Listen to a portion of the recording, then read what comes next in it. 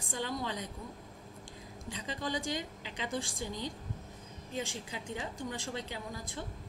আশা করি যে যেখানে আছো সুস্থ আছো, ভালো আছো, নিরাপদে আছো। আজকের বিশেষ অনলাইন ক্লাসে তোমাদের স্বাগতম জানাচ্ছি। আমি নাদিয়া তুজ্জোহরা, প্রভাষক, দর্শন বিভাগ, ঢাকা কলেজ, ঢাকা। আজকে তোমাদের সাথে আমার অনলাইনে প্রথম ক্লাস। তো আজকে তোমাদের ক্লাসটি হচ্ছে একাদশ শ্রেণীর ছাত্রদের। তোমাদের যেটি কোর্স নাম যুক্তিবিদ্যা প্রথম পত্র, কোর্স নং 121। তোমাদের যে বিষয়টি আমি পড়াবো তার মূল আলোচ্য বিষয় হচ্ছে যুক্তিবিদ্যা পরিচিতি। তো আজকে তোমাদের জন্য যে পাঠ্য বিষয় সেটি হচ্ছে যুক্তিবিদ্যার উৎপত্তি ও ক্রমবিকাশ, প্রাচীন ও মধ্যযুগ। তোমাদেরকে আমি যুক্তিবিদ্যার উৎপত্তি কিভাবে হয়েছে এবং এর বিকাশ কিভাবে হয়েছে সেই জিনিসটির মধ্যে আজকে তোমাদের সাথে আমি প্রাচীন ও মধ্যযুগ নিয়ে আলোচনা করব। মূলত তিনটি যুগ আছে যুক্তিবিদ্যার এই উৎপত্তি ও ক্রমবিকাশের ক্ষেত্রে। একটি হচ্ছে প্রাচীন যুগ, তারপরটি হচ্ছে মধ্যযুগ, তারপর হচ্ছে আধুনিক যুগ এবং সাম্প্রতিক যুগ। তো আজকে তোমাদের সাথে প্রাচীন ও মধ্যযুগ নিয়ে আমি আলোচনা করব। তো সাধারণভাবে ইংরেজি কি লজিক শব্দের বাংলা প্রতিশব্দ হচ্ছে যুক্তিবিদ্যা। এটি বৈধ যুক্তি থেকে অবৈধ যুক্তির পার্থক্য নির্দেশ করার জন্য ব্যবহৃত পদ্ধতি ও নীতিসমূহের একটি অন্যতম বিদ্যা।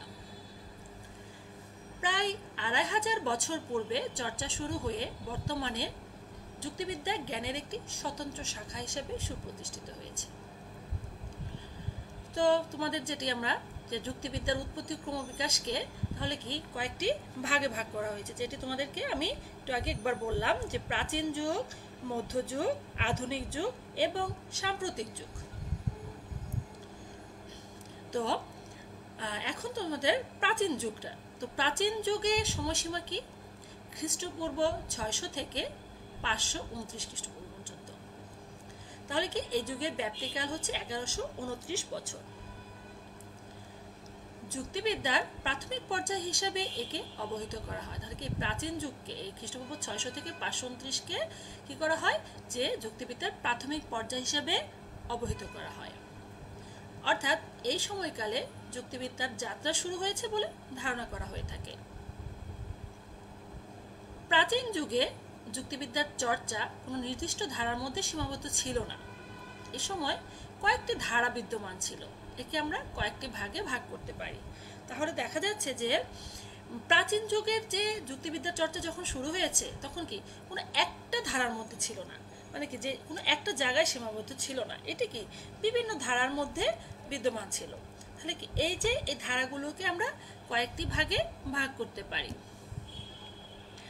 তো এর মধ্যে যে ধারাগুলো সেগুলো কি তাহলে কি যুক্তিবিদ্যার এই প্রাচীন যুগকে আমরা তাহলে বলতে পারি যে যুক্তিবিদ্যার প্রাচীন যুগকে কয়েকটি ধারায় ভাগ করা হয়ে থাকে। এগুলো কি একটি হচ্ছে গ্রিক ধারা, একটি হচ্ছে চীনা ধারা, একটি হচ্ছে প্রাচীন ভারতীয় ধারা। তো এর মধ্যে আমরা এখন গ্রিক ধারা, মানে গ্রিক ধারার মধ্যে তাহলে কি কি আছে, তো তিনটা ধারার মধ্যে স্বাভাবিকভাবে প্রাচীন যুগ, মধ্যযুগ, আধুনিক যুগ, সাম্প্রতিক যুগ। তো প্রাচীন যুগের মধ্যে আবার আছে তিনটি ধারা, গ্রিক ধারা, চীনা ধারা, প্রাচীন ভারতীয় ধারা।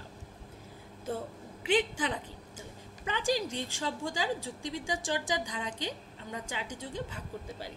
তাহলে কি এই যে গ্রিক ধারা সেখানে আবার চারটি যুগের উল্লেখ আছে, সেগুলো কি কি, একটা হচ্ছে প্লেটো পূর্ব যুগের যুক্তিবিদ্যা, তারপরে হচ্ছে প্লেটো যুগের যুক্তিবিদ্যা, এটা হচ্ছে এরিস্টটলের যুক্তিবিদ্যা, এটা হচ্ছে স্টোইক যুক্তিবিদ্যা। তাহলে একদম প্লেটো যে দার্শনিক প্লেটো তার পূর্ব যুগের একটি যুক্তিবিদ্যা, প্লেটো দার্শনিক প্লেটোর যুগের একটি যুক্তিবিদ্যা, তারপরে হচ্ছে এরিস্টটলের যুক্তিবিদ্যা, তারপরে স্টোইক যুক্তিবিদ্যা। এখন আমরা আসি প্লেটো পূর্বের যুক্তিবিদ্যাটা কোথা থেকে এসেছে। প্রাচীন মিশরীয়রা অভিজ্ঞতার ভিত্তিতে যে সকল জ্যামিতিক সত্য আবিষ্কার করেন তার প্রদর্শনমূলক বিজ্ঞান ভিত্তিক চর্চা তারা দেখতে পারেননি। এক্ষেত্রে সত্যের প্রদর্শনমূলক বৈজ্ঞানিক নমুনা বা আকারগত অনুশীলন প্রাচীন গ্রিসে প্রথম সূচনা করেছিলেন পিথাগোরিয়ান দার্শনিক সম্প্রদায়। অর্থাৎ এখানে যে বিষয়টি, যে প্রাচীন মিশরীয়রা তাদের অভিজ্ঞতার ভিত্তিতে যে জ্যামিতিক সত্য, যে জ্যামিতিক বিষয়গুলো আবিষ্কার করেছিলেন, কিন্তু এটি কি যে আসলে বিজ্ঞান ভিত্তিক চর্চা কিভাবে হয়েছে, যেটা কিভাবে বৈজ্ঞানিকভাবে এটি প্রতিষ্ঠিত হয়েছে, তা তারা কিন্তু দেখাতে পারেনি। মানে তারা যে এই জ্যামিতিক বিষয়গুলো আবিষ্কার করেছেন, এটি কিভাবে বৈজ্ঞানিকভাবে এটা সত্যতা আছে সেটা তারা প্রতিষ্ঠিত করতে পারেনি।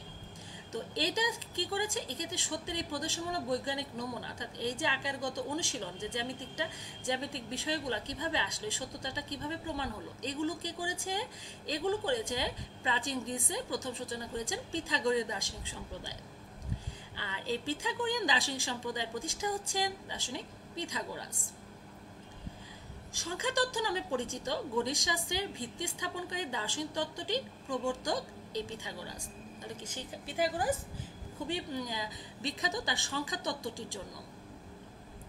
পিথাগোরাসের পর যুক্তি প্রক্রিয়া ব্যবহারে উল্লেখযোগ্য নৈপুণ্য দেখান এলিয়াটিক সম্প্রদায়ের দার্শনিক পারমেনাইডিস।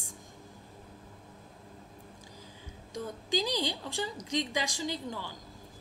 পারমেনাইডিসের জন্ম দক্ষিণ ইতালির এলিয়া নগরে, তবে তিনি গ্রিক দার্শনিক পিথাগোরাসের দ্বারা প্রভাবিত ছিলেন বলে তাকেও গ্রিক চিন্তার উত্তরাধিকারী বলা হয়। তো পারমেনাইডিস যুক্তি প্রক্রিয়া চর্চা করলেও তিনি এই নিয়ম নীতি নিয়ে কোনো বক্তব্য দিয়েছেন বলে তেমন একটা শোনা যায় না। আবার এই পারমেনাইডিসেরই শিষ্য আরেকজন এলিয়াটিক দার্শনিক জেনো এর দর্শনে তার চেয়ে উন্নত যুক্তি ব্যবহারের উদাহরণ পাওয়া যায়। খ্রিস্টপূর্ব 5ম শতকে যুক্তি ব্যবহার করে পেশাদার তাত্ত্বিক হিসেবে আবির্ভূত হন সোফিস্ট নামের একদল গ্রিক চিন্তাবিদ। আচ্ছা, তাহলে কি বলছে যে খ্রিস্টপূর্ব 5ম শতকে এই যে বিভিন্ন রকমের যুক্তি ব্যবহার করে একজন পেশাদার তাত্ত্বিক হিসেবে আবির্ভূত হন সোফিস্ট নামের একদল গ্রিক চিন্তাবিদ।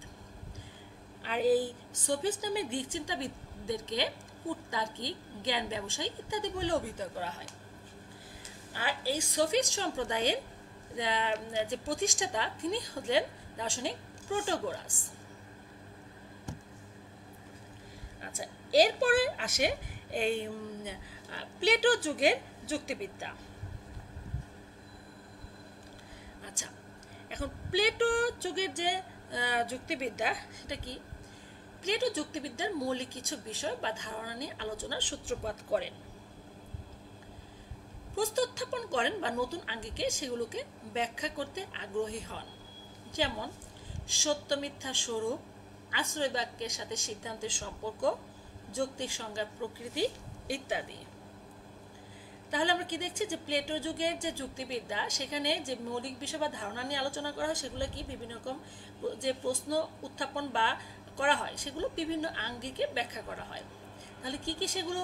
যেমন সত্য মিথ্যা স্বরূপ, কোনটা সত্য মিথ্যা সেটা স্বরূপ কেমন, এবং আবার আশ্রয় বাক্য সাথে সিদ্ধান্ত, যেমন কি যে যুক্তি বাক্য তৈরি করতে কি 2 বা ততোধিক আশ্রয় বাক্য এবং একটি সিদ্ধান্ত থাকে, তখন কি তাহলে কি এই আশ্রয় বাক্যের সাথে যে সিদ্ধান্তের সম্পর্কগুলো কেমন হবে সেই বিষয়গুলো।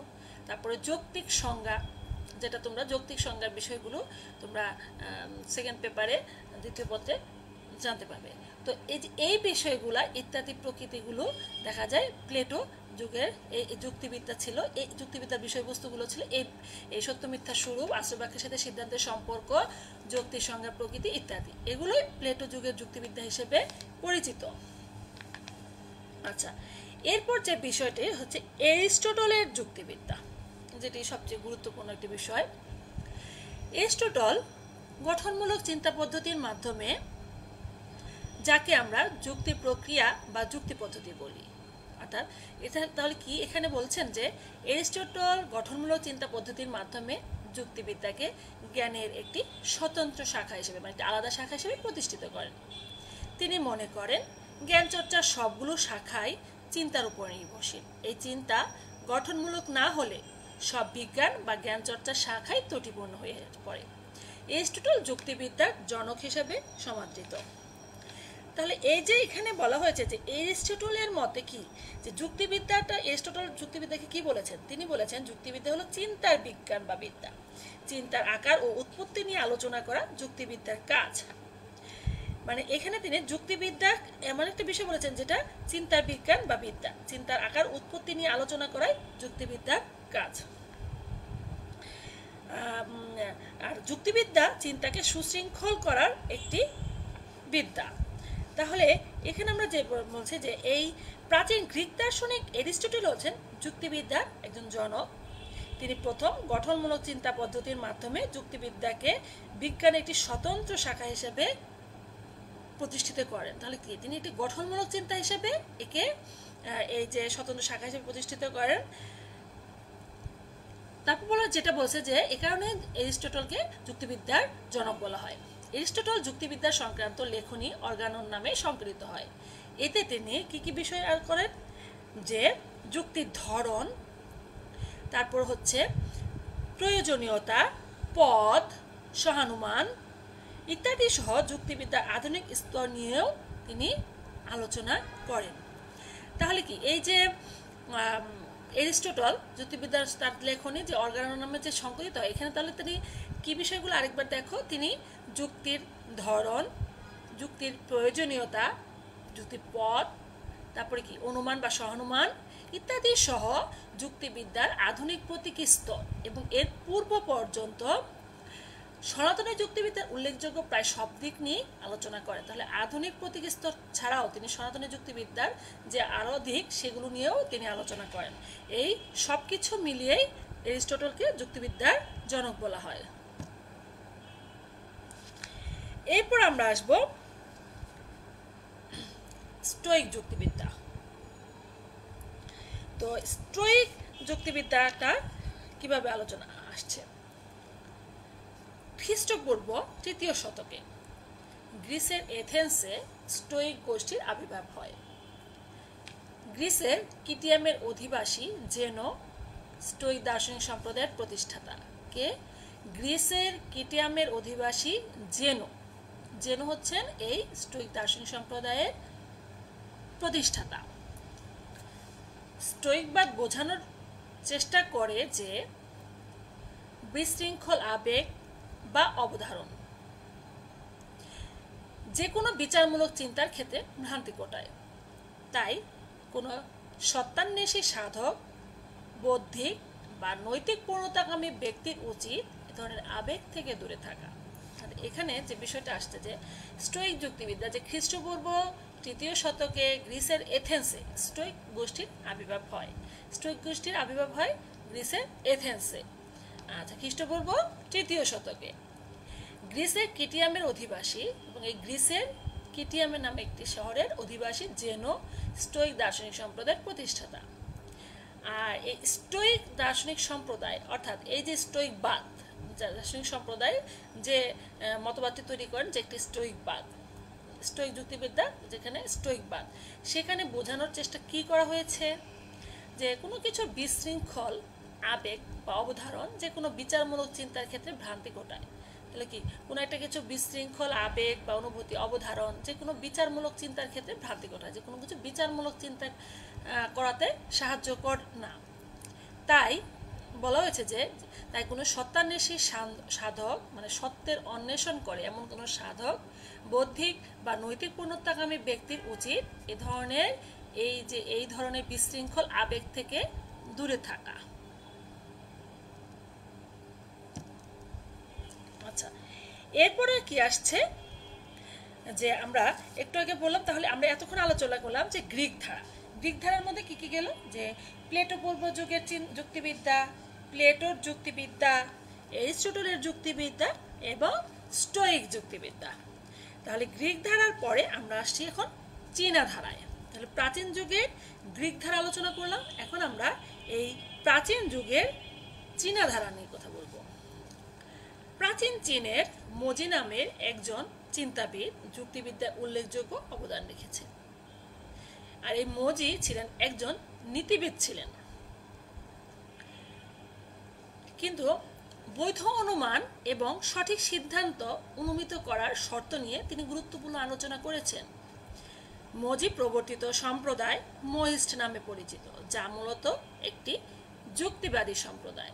তাহলে কি এই যে মজি প্রবর্তিত সম্প্রদায়, এই চীনের যে মজি নামের একজন চিন্তাবিদ তার প্রবর্তিত সম্প্রদায়, মজি প্রবর্তিত সম্প্রদায় মোহিস্ট নামে পরিচিত, যা মূলত একটি যুক্তিবাদী সম্প্রদায়। খ্রিস্টপূর্ব ৩য় শতকে চীনে নাম সম্প্রদায় নামে আরও একটি চিন্তা গোষ্ঠী আবির্ভূত হন, যারা যুক্তিবিদ্যার গুরুত্বপূর্ণ বিষয়ে মত প্রদান করেন, এবং এই সম্প্রদায়ের উল্লেখযোগ্য চিন্তাবিদ হলেন হুই সিং এবং গং সুং নুন লুইং। তাহলে এখানে কি চীনে যে যুক্তিবিদ্যার মানে তখন চীনা ধারার ক্ষেত্রে আমরা দেখছি যে যুক্তিবিদ্যায় দুজন অবদান রাখেন। একজন হলো নীতিবিদ, যিনি হচ্ছেন মজি নামে একজন চিন্তাবিদ, তার প্রবর্তিত সম্প্রদায় মোহিস্ট সম্প্রদায় নামে পরিচিত, যেটি তারা কি করেছেন যে বৈধ অনুমান এবং সঠিক সিদ্ধান্ত অনুমিত করার শর্ত নিয়ে গুরুত্বপূর্ণ আলোচনা করেছেন। আর আরেকটি যেটি হচ্ছে ৩য় শতকে একটি নাম সম্প্রদায় নামে একটি চিন্তা গোষ্ঠী আবির্ভূত হয়, যারা যুক্তিবিদ্যার বিভিন্ন গুরুত্বপূর্ণ বিষয়েও মত প্রদান করেন। তাহলে আমরা চীনা ধারায় আমরা দুটি সম্প্রদায় দেখতে পাচ্ছি, একটি হচ্ছে মজি প্রবর্তিত মোহিস্ট সম্প্রদায়, আর একটি হচ্ছে চীনের নাম সম্প্রদায়, যারা একটি চিন্তা গোষ্ঠী হিসেবে আবির্ভূত হয়েছে। আচ্ছা, এরপর আমরা আসি প্রাচীন ভারতীয় ধারায়। তো প্রাচীন যুগের মধ্যে তাহলে ৩ নম্বর ধারাটি কি, যে প্রাচীন ভারতীয় ধারা। প্রাচীন ভারতে যুক্তিবিদ্যা চর্চা শুরু হয় সম্পূর্ণ নিজস্ব দৃষ্টিতে, অর্থাৎ গ্রিক বা অন্য কোনো জাতির প্রভাব ছাড়াই তখনকার ভারতীয় উপমহাদেশে যুক্তিবিদ্যার চর্চার সূচনা হয়। অর্থাৎ প্রাচীন ভারতে সেই প্রাচীন ভারতীয় ধারা যেহেতু এখানে, সেখানে বলতে হচ্ছে যে প্রাচীন ভারতে যুক্তিবিদ্যার চর্চা শুরু হয় একটা আলাদা দৃষ্টিভঙ্গিতে, অর্থাৎ সেই ভারতীয় যুক্তিবিদ্যা তার নিজস্ব দৃষ্টিভঙ্গিতে তার চর্চা শুরু করে। এখানে কি বলেছে যে অর্থাৎ গ্রিক বা অন্য কোনো জাতির প্রভাব ছাড়াই, মানে গ্রিক বা অন্য কোনো এই যে গ্রিক বা চীনা বা অন্য কোনো জাতির প্রভাব ছাড়াই তখনকার ভারতীয় উপমহাদেশে যুক্তিবিদ্যার চর্চার সূচনা হয়। প্রাচীন ভারতে যুক্তিবিদ্যার চর্চার ক্ষেত্রে কিছু দার্শনিক সম্প্রদায় যেমন জৈন, ন্যায়, যোগ, বৈশেষিক ইত্যাদি সম্প্রদায় গুরুত্বপূর্ণ ভূমিকা পালন করেন। ভারতীয় উপমহাদেশে যুক্তিবিদ্যার সূচনা হয় মেধাতিথি গৌতমের মাধ্যমে। তিনি খ্রিস্টপূর্ব ৬ষ্ঠ শতকে আবির্ভূত হন। মেধাতিথি গৌতম এনভিএক্সিকি নামের একটি যুক্তিবিদ্যার চর্চার সম্প্রদায় প্রতিষ্ঠা করেন। তিনি ন্যায় দর্শনের প্রতিষ্ঠাতা। তাহলে কি এই যে আমরা প্রাচীন ভারতের ক্ষেত্রে আমরা দেখছি যে অন্যান্য কোনো ধারা প্রভাব ছাড়াই প্রাচীন ভারতীয় ধারা একটা নিজস্ব দৃষ্টিভঙ্গিতে নিজস্ব মাধ্যমে তারা তাদের যুক্তিবিদ্যার চর্চা শুরু করে। এবং এই যে প্রাচীন ভারতীয় যুক্তিবিদ্যার চর্চার ক্ষেত্রে তাহলে দার্শনিক সম্প্রদায় কারা, প্রাচীন ভারতীয় যুক্তিবিদ্যা চর্চার ক্ষেত্রে প্রাচীন ভারতীয় ধারায় অর্থাৎ এই যে যুক্তিবিদ্যার চর্চার ক্ষেত্রে তাহলে দার্শনিক সম্প্রদায় কোন দার্শনিক সম্প্রদায় গুরুত্বপূর্ণ ভূমিকা পালন করে, যেমন জৈন দার্শনিক সম্প্রদায়, ন্যায় দার্শনিক সম্প্রদায়, যোগ, বৈশেষিক ইত্যাদি। তো এরা যুক্তিবিদ্যার চর্চার ক্ষেত্রে গুরুত্বপূর্ণ ভূমিকা পালন করেন। আচ্ছা, তাহলে আমরা এতক্ষণ কিন্তু এই যে আমরা কয়েকটি ধারার মধ্যে যে প্রাচীন যুগ, মধ্যযুগ, আধুনিক যুগ, সাম্প্রতিকের মধ্যে প্রাচীন যুগের আমরা তোমাদের গ্রিক ধারা, চীনা ধারা, প্রাচীন ভারতীয় ধারা নিয়ে আলোচনা করলাম। তো এরপর যেটা আসছে আমাদের তাহলে কি, যে এরপর আসছে মধ্যযুগ। এরপর মধ্যযুগের পরে আমাদের যেটা আছে যে আধুনিক যুগ, সাম্প্রতিক যুগ। তো আমরা এখন আজকে মধ্যযুগ নিয়ে আলোচনা করব। আরেকটি বিষয় সেটা হচ্ছে তো মধ্যযুগের সময়সীমাটা কি, 529 খ্রিস্টাব্দ থেকে 1400 খ্রিস্টাব্দ পর্যন্ত। তো যুক্তিবিদ্যার ক্ষেত্রে মধ্যযুগে যে সকল মনীষী অবদান রাখেন তাদের মধ্যে উল্লেখযোগ্য কারা, মধ্যযুগের যে সকল মনীষী যুক্তিবিদ্যার ক্ষেত্রে গুরুত্বপূর্ণ ভূমিকা পালন করেন তারা কারা, তারা হচ্ছেন আল কিন্দি, আল ফারাবি, ইবনে সিনা, আল গাজালি, ইবনে রুশদ। এছাড়া আল রাজি এবং আল তুসি এই যুক্তিবিদ্যা শাস্ত্রে গুরুত্বপূর্ণ ভূমিকা পালন করেন। তবে সবচেয়ে বেশি গুরুত্বপূর্ণ অবদান রাখেন যারা, আল কিন্দি, আল ফারাবি, ইবনে সিনা, আল গাজ্জালি, ইবনে রুশদ। এরা যুক্তিবিদ্যার ক্ষেত্রে অনেক বিষয়ে অনেক গুরুত্বপূর্ণ অবদান রাখেন। আচ্ছা, আল-কিন্দি একজন প্রথম আরব দার্শনিক হিসেবে পরিচিত এবং তিনি এরিস্টটলীয় দর্শন দ্বারা অনুপ্রাণিত হন।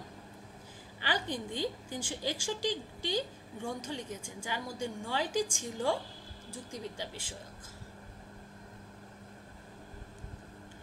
তো এরিস্টটল পরবর্তী সময় থেকে আধুনিক যুগের পূর্ব পর্যন্ত যুক্তিবিদ্যার উপর যারা সবচেয়ে বেশি কাজ করেছেন তাদের মধ্যে আল ফারাবিও সর্বশ্রেষ্ঠ। আল ফারাবির যুক্তিবিদ্যা এরিস্টটলের প্রভাব রয়েছে। অনেক ক্ষেত্রে তিনি এরিস্টটলকে সমর্থন করেননি অথবা তার তত্ত্বের সংস্কার সাধন করতে চেয়েছেন। আল ফারাবিকে প্রথম অরিস্টটলীয় আরবীয় বা মুসলিম চিন্তাবিদ বলে অভিহিত করা হয়। তাহলে আমরা এখানে দেখছি যে আল-কিন্দি হচ্ছেন যে প্রথম আরবী দার্শনিক যিনি এরিস্টটলের দর্শন দ্বারা অনেক বেশি অনুপ্রাণিত হন এবং আল-কিন্দি অনেকগুলো গ্রন্থ লিখেছিলেন, যার মধ্যে 9টি যুক্তিবিদ্যা বিষয়ক। আর আল-কিন্দির পরবর্তীতে যিনি আসেন তিনি হচ্ছে আল ফারাবি। আল ফারাবিও যুক্তিবিদ্যার উপর অনেক বেশি কাজ করেছেন, অনেক অবদান রেখেছেন। আল ফারাবির যুক্তিবিদ্যার মধ্যেও এরিস্টটলের প্রভাব রয়েছে এবং অনেক ক্ষেত্রে তিনি এরিস্টটলকে সমর্থন করেছেন, আবার কিছু কিছু ক্ষেত্রে আবার সমর্থন করেননি, আবার তার কিছু কিছু তত্ত্বের সংস্কার সাধনও তিনি করেছেন। আল ফারাবিকেই তাহলে কি এই যে প্রথম অএরিস্টলীয় আরবীয় বা মুসলিম চিন্তাবিদ বলে অভিহিত করা হয়ে থাকে।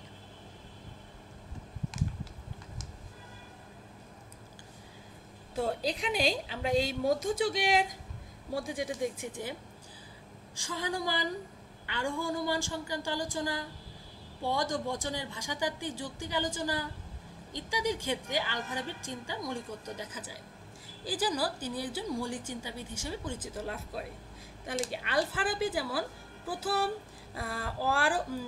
অএরিস্টটলীয় আরবীয় বা মুসলিম চিন্তাবিদ বলে অভিহিত হন, তেমনি তিনি একজন মৌলিক চিন্তাবিদ হিসেবে, কেন তিনি কিছু কিছু ক্ষেত্রে আলোচনার অনেক গুরুত্বপূর্ণ মৌলিকত্ব দেখান। সেগুলো কি কি, সেই আলোচনা কি কি আল ফারাবি তাহলে যুক্তিবিদ্যার ক্ষেত্রে যুক্তিবিদ্যার কোন কোন বিষয় নিয়ে আল ফারাবি অনেক বেশি আলোচনা করেন, সেগুলো হচ্ছে কি সহানুমান, আরোহ অনুমান সংক্রান্ত আলোচনা, পদ বচনের ভাষাতাত্ত্বিক যুক্তি বিশ্লেষণ ইত্যাদির ক্ষেত্রে। তাহলে যুক্তিবিদ্যার এইসব গুরুত্বপূর্ণ বিষয়ের ক্ষেত্রে আল ফারাবি অনেক যৌক্তিক বিষয় আলোচনা করেন এবং তার আলোচনাগুলো, তার চিন্তাগুলোর মধ্যে অনেক মৌলিকত্ব দেখা যায়, যে কারণেই তাকে মৌলিক চিন্তাবিদ হিসেবে অভিহিত করা হয়।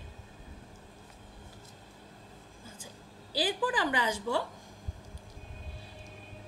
আল ফারাবির পরে মধ্যযুগের মুসলিম চিন্তাবিদদের মধ্যে যুক্তিবিদ্যায় যার অবদান উল্লেখযোগ্য তিনি হলেন ইবনে সিনা। তিনি চিকিৎসা ক্ষেত্রে পাশাপাশি যুক্তিশাস্ত্রেও পারদর্শী ছিলেন। তাহলে আমরা দেখি যে ইবনে সিনাও অনেক গুরুত্বপূর্ণ অবদান রাখেন।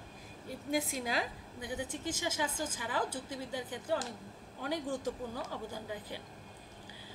তো এরপরে যে নিয়ে আসেন যে আরেকজন যুক্তিবিদ যিনি মধ্যযুগে এমন একজন দার্শনিক যিনি যুক্তিবিদ এবং দার্শনিক যিনি মধ্যযুগে যুক্তিবিদ্যার ক্ষেত্রে অনেক অবদান রেখেছেন, তিনি হচ্ছেন আল গাজ্জালি। ইমাম আল গাজ্জালি তিনি মুসলিম বিশ্বের অন্যতম একজন দার্শনিক। তার চিন্তাধারাকে মুসলিম ধর্মতত্ত্বের বিবর্তন বলে ধরা হয়। মানে আল গাজ্জালি পাশ্চাত্য দার্শনিকদের বিরুদ্ধে তিনি বলেন দার্শনিক মতবাদ কখনো ধর্মীয় চিন্তার বৃদ্ধি হতে পারে না। গাজ্জালি তাদের দর্শন চিন্তার অপূর্ণতা দেখতে পান এবং সমালোচনা করেন। তো এই আল গাজ্জালি যুক্তি প্রয়োগের অসাধারণ দক্ষতা ছিল, মানে যুক্তি বিভিন্ন ক্ষেত্রে তিনি যে যুক্তি প্রয়োগ করেন সেই ক্ষেত্রে তার অসাধারণ দক্ষতা ছিল। তিনি তাহাফুত আল ফালাসিফা নামের গ্রন্থে দার্শনিকদের ভ্রান্তিগুলো নির্ণয় করার ক্ষেত্রে যে যুক্তি প্রদর্শন করেছেন তার যৌক্তিক তথা দার্শনিক মূল্য অপরিসীম। এখানে তাহলে আল গাজ্জালির কথা বলা হয়েছে অনেক গুরুত্বপূর্ণভাবে। যুক্তিবিদ্যার উপর লিখিত তার মিয়ার আল ইল ফি ফান আল মান্টিক অর্থাৎ criterion of knowledge in the art of logic গ্রন্থে যুক্তি পদ্ধতির কিছু মৌলিক দিক নিয়ে আলোচনা করেন আল গাজ্জালি। এরপর যিনি আসেন যে পাশ্চাত্যে মুসলিম চিন্তাবিদ ইবনে রুশদের ধারণা বেশ আলোড়ন সৃষ্টি করে। ইবনে রুশদ দার্শনিক ইবনে রুশদ চিন্তাবিদ যুক্তিবিদ দার্শনিক ইবনে রুশদ যুক্তিবিদ্যার উপর বিশেষ জ্ঞান অর্জন করেছিলেন। তিনি এরিস্টটলের যুক্তিবিদ্যাকে অনুসরণ করেন। চিন্তা জগতে এরিস্টটলের বিভিন্ন অবদানের মধ্যে ইবনে রুশদ যুক্তিবিদ্যাকেই সবচেয়ে গুরুত্বপূর্ণ বলে মনে করতেন। তো এখানে তাহলে আমরা মধ্যযুগে আমরা কি দেখছি যে মধ্যযুগের আমরা যে দার্শনিকদের অবদান দেখছি, যে মধ্যযুগে যারা এই যুক্তিবিদ্যার ক্ষেত্রে যে যেসব দার্শনিক বা চিন্তাবিদ মনীষীর অবদান রাখেন তাদের মধ্যে আমরা কাকে কাকে পেলাম? আল কিন্দি, আল ফারাবি, ইবনে সিনা, আল গাজ্জালি, ইবনে রুশদ। এরা প্রত্যেকেই এই যুক্তিবিদ্যার ক্ষেত্রে মধ্যযুগে যুক্তিবিদ্যার ক্ষেত্রে অনেক গুরুত্বপূর্ণ অবদান রাখেন। তাহলে আমরা প্রথম থেকে কি দেখলাম যে তোমাদের সাথে আজকে আমার আলোচনা কি হলো যে যুক্তিবিদ্যার উৎপত্তি ও ক্রমবিকাশ। সেখানে আমরা প্রাচীন ও মধ্যযুগ নিয়ে আলোচনা করলাম। তো আজকে তোমাদের সাথে আমার এই প্রাচীন ও মধ্যযুগের বিষয় আলোচনা ছিল। পরবর্তী ক্লাসে আমরা অন্য বিষয় নিয়ে আলোচনা করব, বাকি টপিকস নিয়ে।